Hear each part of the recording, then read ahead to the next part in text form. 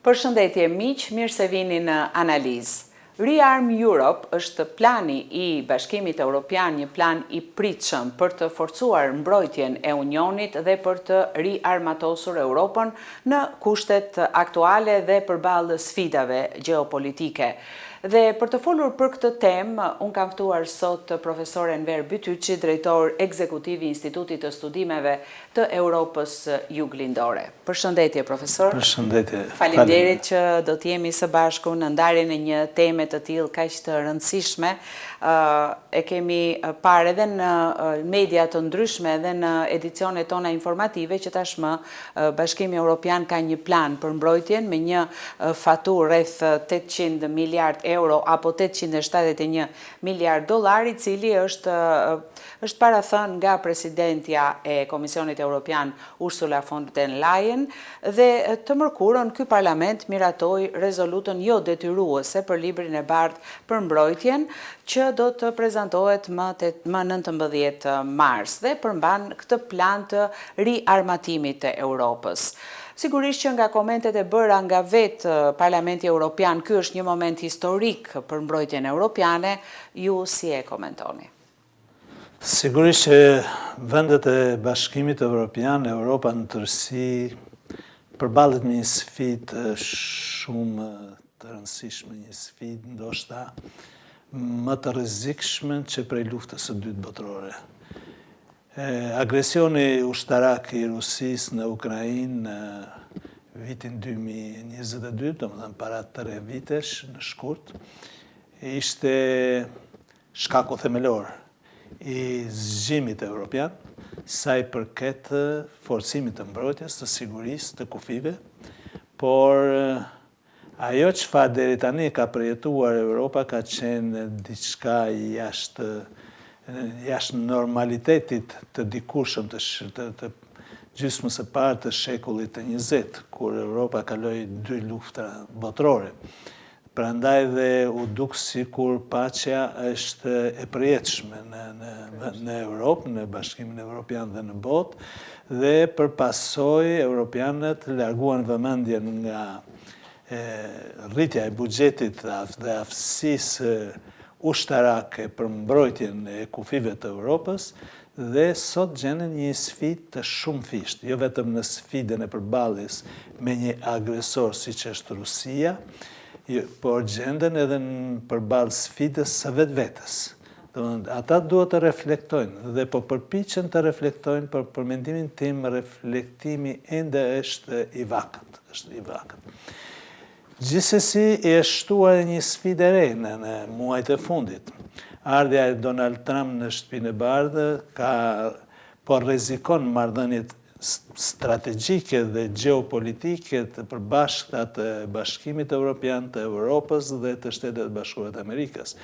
Donald Trump ka ndryshuar të gjitha strategjitë gjeopolitike të tij, të aleancave, dhe po përpiqet të krijojë një lloj konfiguracioni të ri të lidhjeve, të marrëdhënieve dhe të aleancave ndërkombëtare.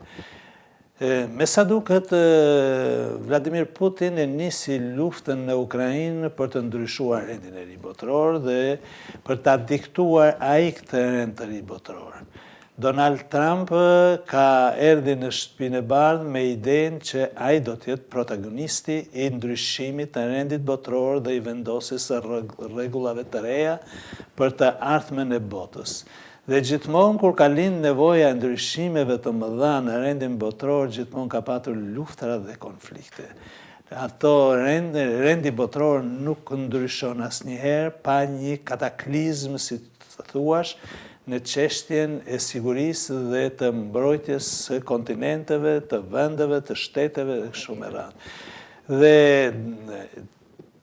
çekuilibrimi i politikës jashtme, disekuilibrimi i politikës jashtme nga Donald Trump e ka vënë Europën përpara jo vetëm një befasie, por edhe përpara një surprize të keqe për t'i dalë zot vetës. Domethënë, ishte lufta në Ukrainë që kompaktësoi Europën në një farë mase, ishte pastaj ndryshimi i strategjisë politike të marrëdhënieve ndërkombëtare të Donald Trump që e forcoi këtë kompaktësi europiane, sepse europianët në vetvete shprehin interesa të veçanta për rajonet të veçanta, për aleanca të ndryshme dhe për pasojë nuk kanë mundur asnjëherë të gjejnë një gjuhë të përbashkët sa i përket sigurisë dhe mbrojtjes. Në vitin 2004, me sa më kujtohet, Jacques Chirac, Gerhard Schröder dhe kryeministri britanik patën biseduar për të krijuar një mbrojtje të përbashkët europiane, për të krijuar madje një ushtri të përbashkët europiane alternative e paktit të NATO-s. Por ajo ishte gjithçka në letër, e pa saktësuar, e pa dizajnuar si duhet dhe përpasoi ngeli sërishmi një iluzion për Europën. Është përmendur dhe nga presidenti Macron gjithsesi ideja. Sot është arritur në pikën kulmore kur një ushtri europiane është e domosdoshme të ngrihet. Si do ngrihet? Po në fakt, profesor, dhe unë fakt doja të nuk mund të shmangim dot të faturën ekonomike, sepse e përmendëm shifrën që ky plan ka një faturë, një kosto prej 800 miliard eurosh për mbrojtjen.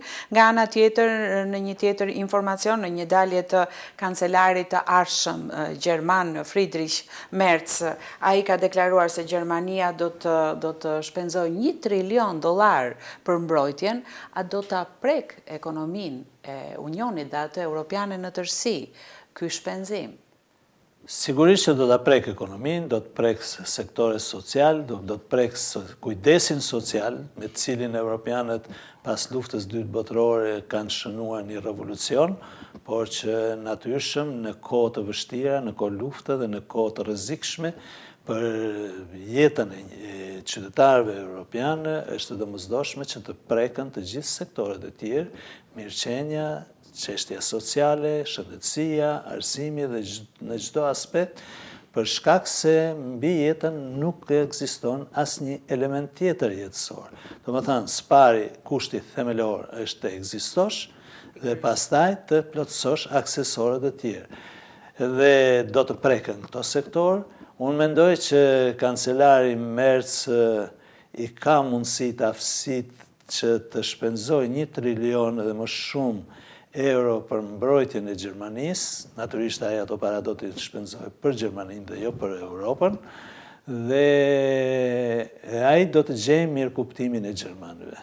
Unë kam jetuar shumë vite në Gjermani dhe gjermanët janë të gatshëm të sakrifikojnë edhe nga ekonomia, edhe nga aspektet tjera, por edhe një problem tjetër është sepse në botën perëndimore europiane dhe sidomos në Gjermani, njerëzit mbi 90% e qytetarëve kanë kursime të mjaftueshme për të përballuar në disa vite një jetë pak më të sforcuar dhe më të vështirë. Dhe për pasojë, unë mendoj që gjermanët nuk do të jenë absolutisht kundër forcimit të menjëhershëm dhe të fuqishëm të mbrojtjes në Gjermani. Madje unë kam hedhur idenë që Gjermania duhet të lejohet të zhvillojë arsenalin e vet bërthamor për shkak se duhet krijuar një balancë kundërshtimi me superfuqinë më të madhe bërthamore të botës, siç është Rusia. Po. Dhe ndërkohë, sipas është një informacion ky i fundjavës që giganti gjerman i prodhimit të armëve Rheinmetall thotë se nëse antarët e NATO-s do të fillonin të shpenzonin 2.5 deri në 3.5% të prodhimit brendshëm bruto për mbrojtjen, ky do të ishte një potencial për qarkullim midis 300-400 miliard euro deri në vitin 2030. A mund të arrihet një bashkëpunim mes vendeve të Bashkimit Evropian për çështjen e armatimit, pasi Bashkimi Evropian nuk ka një ushtri dhe në rastin konkret, si gjykoni ju nëse do të krijohet kjo ushtri, do të jetë një ushtri vetëm e BE-s apo e disa prej vendeve të Unionit? Thjesht një prognozë sepse mbetet për të parë. Unë besoj që 600 apo 800 miliardë euro që Bashkimi Evropian, Komisioni Evropian ka planifikuar për mbrojtjen e Europës, ato do të shpërndahen për forcimin e ushtrive lokale ose kombëtare të shteteve që përbëjnë Bashkimin Evropian. Dhe kjo do të thotë forcim i ushtrive dhe të shteteve antare të Bashkimit Evropian ose shteteve që janë në prag të pranimit në Bashkimin Evropian, dhe kjo pastaj do të jetë planizimi, planifikimi dhe organizimi dhe menaxhimi i të gjitha këtyre ushtrive nëpërmjet një politike të përbashkët, një dokumente të përbashkët evropian, nëse vjen nevoja për të përdorur këto ushtri në luftë për mbrojtjen e territorit të Evropës. Ajo fazë është faza e fundit se si do të bashkëpunojnë.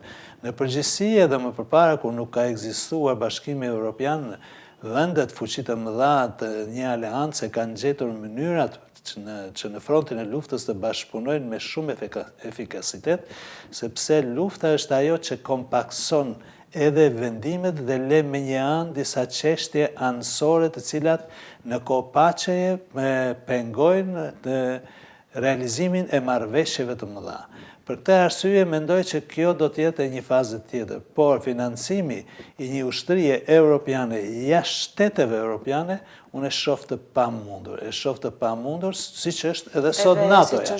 NATO-ja është një organizatë politiko-ushtarake ndërkombëtare më e fuqishme deri më sot dhe bazohet në ushtritë kombëtare.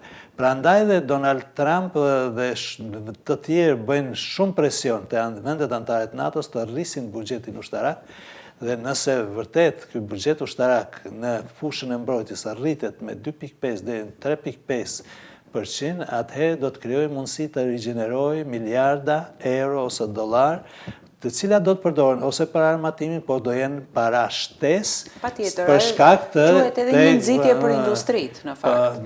Shtesë për shkak se rritet eksporti i armatimit europian në vendet që kanë nevojë, sidomos në kohë tensionesh dhe luftrash të tilla, dhe për pasojë është një lloj kompensimi i shpenzimeve që bëhen fillimisht, por sigurisht që i gjithë shpenzimi që bëhet nuk mund të kompensohet. Por rritja e buxhetit ushtarake është emergjencë. Dhe besoj dhe shpresoj që politikat e Trump kanë këtë synim në Europë. Unë nuk mendoj që Trump dëshiron të shkput aleancën amerikane me Europën. Nëse do të shkpuste një aleancë amerikane me Europën Donald Trump, atëherë do krijojë një aleancë euro-kineze ose kino-europiane, sepse vendet që goditen nga politika proteksioniste, siç është sot politika e Trump ndaj këtyre vendeve, do të bashkohen me njëri tjetrin për të përballuar një rrezik të përbashkët. Kjo është një proces normal që ekziston e ka ekzistuar që kur është krijuar njerëzimi ose shteti, spaku, dhe do të ekzistojë edhe në të ardhmen. Gjithsesi, profesor, ne le të shpresojmë që nuk do të flasim për luftë, është mirë që të flitet për paqe dhe të gjehet gjuha e përbashkët dhe dialogut për të shmangur luftën. Mbrojtja është diçka tjetër, sigurisht. Për të shmangur luftën duhet përgatitesh për luftë.